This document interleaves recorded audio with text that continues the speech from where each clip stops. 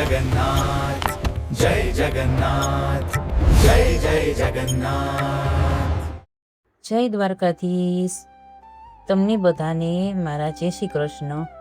ભગવાનની વાતોમાં તમારું સ્વાગત છે. આજે જગન્નાથ સિરીઝમાં આપણે સત્સંગ કરવાના છીએ. માતા લક્ષ્મીએ કેમ જગન્નાથ ભગવાનને શ્રાપ આપ્યો. તો બોલો જય દ્વારકાધીશ. પુરીમાં જગન્નાથ ભગવાનને ખબર હતી કે શું થવાનું છે, પણ તેમને તો લીલા કરવી હતી અને મોટા ભાઈ બલભદ્રને પણ સમજાવવું હતું કે શ્રી વગર કાંઈ નથી. બલરામ ભૈયા કહે એમ ભગવાન કરતા ગયા, પણ શું કર્યું? લક્ષ્મી દેવીને મંદિરની બહાર જવા દીધા. શા માટે? અને લક્ષ્મી દેવી ગયા પછી ભગવાન નગરમાં ઘરે ઘરે ભિક્ષા માંગવા લાગ્યા. શા માટે? કેમ કે લક્ષ્મી માતાએ શ્રાપ આપ્યો હતો. આજે હું તમારી સાથે સત્સંગ કરીશ જગન્નાથ ભગવાન અને લક્ષ્મી દેવીની ખાટી મીઠી નોકઝોકની વાત. નાની એવી નોકઝોક અને ભગવાનની લીલા એટલી મોટી થઈ ગઈ કે લક્ષ્મી માતાએ શ્રાપ આપી દીધો. પણ એવું શું થયું હતું કે લક્ષ્મી દેવીને શ્રાપ દેવો પડ્યો? ઓડિશામાં એક પ્રથા છે કે દર વર્ષે માગશર મહિનાના દરેક ગુરુવારે ઓડિશાની મહિલાઓ લક્ષ્મી દેવીની વિશેષ પૂજા અર્ચના કરે છે અને સ્વયં લક્ષ્મી દેવી પણ આ દિવસે જગન્નાથ ભગવાનની આજ્ઞા લઈને પોતાના ભક્તોને આશીર્વાદ દેવા માટે જાય છે. એક દિવસ આવી રીતે લક્ષ્મી દેવી એક વૃદ્ધ મહિલાનું રૂપ લઈને બધાની ઘરે જવા લાગ્યા. જતા જતા તેમને જોયું કે બ્રહ્મ મુહૂર્તનો સમય ક્યારનો ચાલ્યો ગયો છે અને પ્રાપ્તકાલ પણ પૂરો થઈ ગયો છે. આકાશમાં સૂર્યદેવને પણ ઘણો ટાઈમ થઈ ગયો છે. સૂર્યદેવ તપવા લાગ્યા છે અને એક ધનિક વેપારીના ઘરે એની ગૃહિણી બપોર સુધી હજી સૂઈ રહી હતી અને ઘરની અંદર સાફ સફાઈ પણ નહોતી થઈ અને ના કોઈ પૂજા અર્ચના. તે જોઈને લક્ષ્મી દેવીએ ઘરની વૃદ્ધ સ્ત્રીની પાસે ગયા અને કહ્યું કે અરે બહેન, આ શું? આજે તો માતા લક્ષ્મીની પૂજા કરવાની હોય છે અને તમારા ઘરમાં હજુ ગૃહિણીઓ સૂતી છે? આ સારી વાત ન કહેવાય. આજે તો વહેલું ઉઠીને માતા લક્ષ્મીની વિશેષ પૂજા અર્ચના કરવાની હોય છે. આ સાંભળીને તે વૃદ્ધ સ્ત્રીએ અહંકારથી કહ્યું કે અરે અરે અરે, તું કોણ છે જે અમને શીખડાવવા આવી છે? તને શું ખબર પૂજા અર્ચના વિશે? અમારા ઉપર તો પહેલેથી જ લક્ષ્મી દેવીની કૃપા છે. અમારે કાંઈ જરૂર નથી પૂજા કરવાની. હા, ચાલ નીકળ અહીંથી. કોઈ ગરીબને તારું ભાષણ સમજાવજે, મને નહીં. ખબર નહીં ક્યાંથી આવી જાય છે.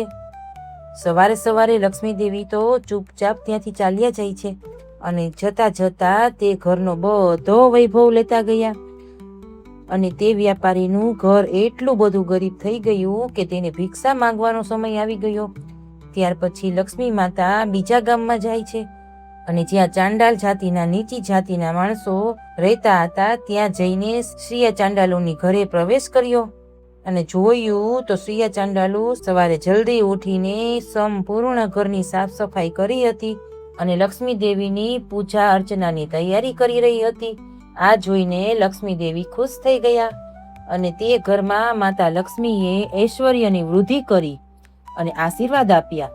આવી રીતે જ્યારે લક્ષ્મી દેવી અલગ અલગ ઘરમાં જતા હતા તે જ સમયે આ બાજુથી બલરામ ભૈયા અને જગન્નાથ ભગવાન સવારે સવારે નગરમાં ભ્રમણ કરવા નીકળ્યા હતા અને તેમણે જોયું કે લક્ષ્મી દેવી શ્રીયા ચાંડાલોની ઘરેથી બહાર આવી રહ્યા છે અને તે જોઈને બલરામજીને ક્રોધ આવ્યો અને જગન્નાથ ભગવાનને કહ્યું કે જોતો ખરા કાના, તારી પત્ની એક ચાંડાલના ઘરે જઈને આવી છે.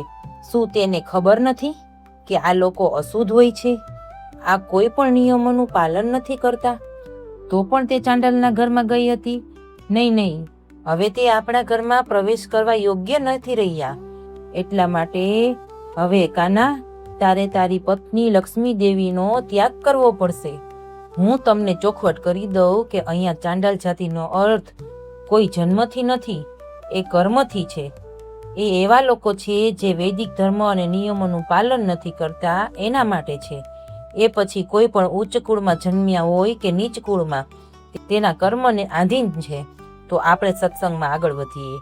પછી જગન્નાથ ભગવાન સમજાવવાનો પ્રયાસ કરતા બોલ્યા કે ભૈયા, લક્ષ્મીજી તો મારી પાસે પહેલેથી જ અનુમતિ લઈને ગયા હતા કે આજે તે પોતાના ભક્તોના ઘરે જશે અને તેની પૂજા તો કોઈ પણ કરી શકે ને.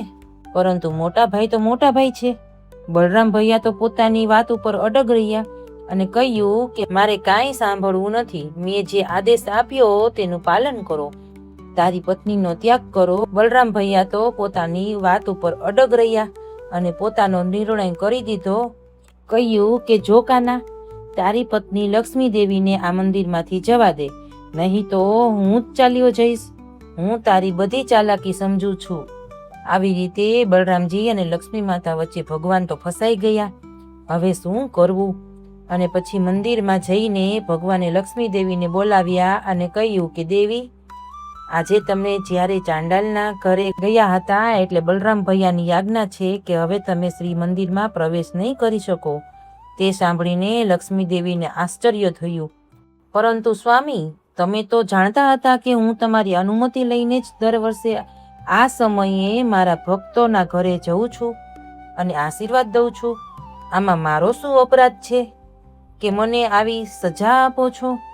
અને કોઈ ભૂલ થઈ છે તો તે તમે જ મારા પિતાજીને વચન આપ્યું હતું ને કે તમે મારા 10 અપરાધ ક્ષમા કરશો. તો પછી અચાનક તમે મને મંદિરની બહાર નીકળવા માટે કેમ કહી રહ્યા છો? ભગવાન તો ચૂપચાપ ઊભા રહ્યા. તેની પાસે કોઈ જવાબ નહોતો અને મૌન રહ્યા. અને મૌનનો અર્થ એ હતો કે તેના મોટા ભાઈની આજ્ઞા સામે તે પણ લાચાર હતા. ભગવાનને ચૂપચાપ જોઈને લક્ષ્મી દેવીને ગુસ્સો આવ્યો અને જગન્નાથ ભગવાનને શ્રાપ દઈ દીધો કે આગળના 12 વર્ષ સુધી તમને પેટ ભરીને ભોજન નહીં મળે. તમારી ઓજરી ક્યારેય શાંત નહીં થાય અને છેલ્લે મારા હાથે ભોજન સ્વીકારીને જ સંતુષ્ટિ મળશે, ભોજનની શાંતિ મળશે.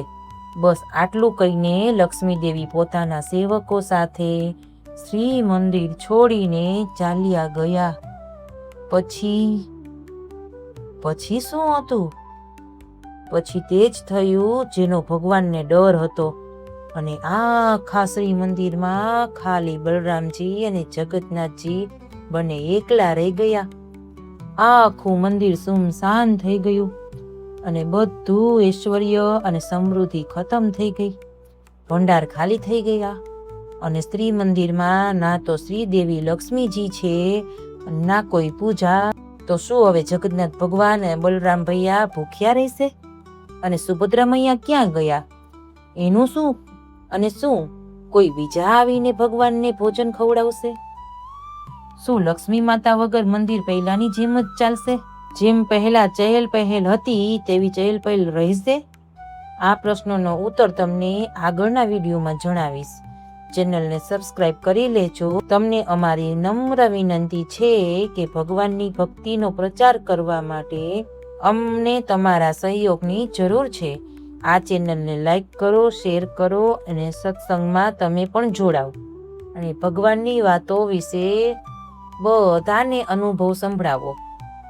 તો બોલો જય દ્વારકાધીશ, જય જગન્નાથ. હરે કૃષ્ણ કૃષ્ણ કૃષ્ણ